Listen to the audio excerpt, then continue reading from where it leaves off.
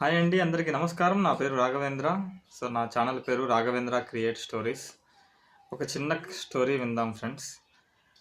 పార్వతీపురంలో సావిత్రమ్మ మరియు శంకర్ ఇద్దరు నివసిస్తూ ఉంటారు. శంకర్ సావిత్రమ్మ కొడుకు. చిన్నతనంలోనే సావిత్రమ్మ వాళ్ళ భర్త శంకర్ వాళ్ళ నాన్న చనిపోవడం వల్ల సావిత్రమ్మే శంకర్ను జాగ్రత్తగా పెంచుతుంది. అయితే శంకర్ చాలా శక్తివంతుడు. బుద్ధి చాతుర్యంలో కానీ, ఏదైనా సమస్యను వస్తే పరిష్కరించడంలో కానీ, లేదంటే ఎదుటివారిని అంచనా వేయడంలో కానీ అన్నింటిలో దిట్ట.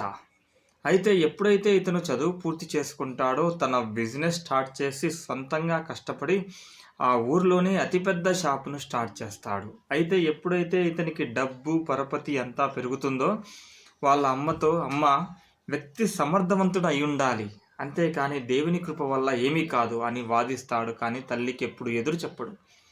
రాను రాను అతని గర్వం పెరిగిపోతుంది. ఒకనాడు అనుకోని విధంగా పెద్ద పొరపాటు చేస్తాడు.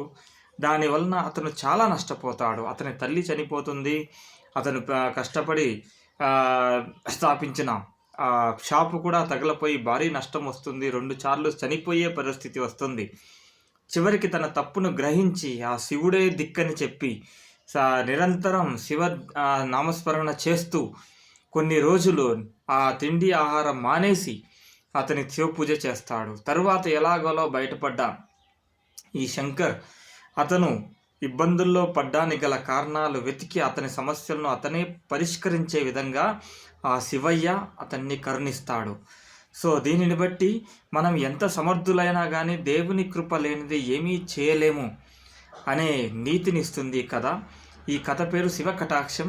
రేపు శనివారం సాయంత్రం 7 గంటలకు నా ఛానల్లో ఈ కథను చూడొచ్చు. ఇది భక్తి కథ అండి. Please don't miss it. ఒకసారి నా ఛానల్ విజిట్ చేయండి. కథ నచ్చితే లైక్ చేయండి, షేర్ చేయండి, సబ్స్క్రైబ్ చేయండి.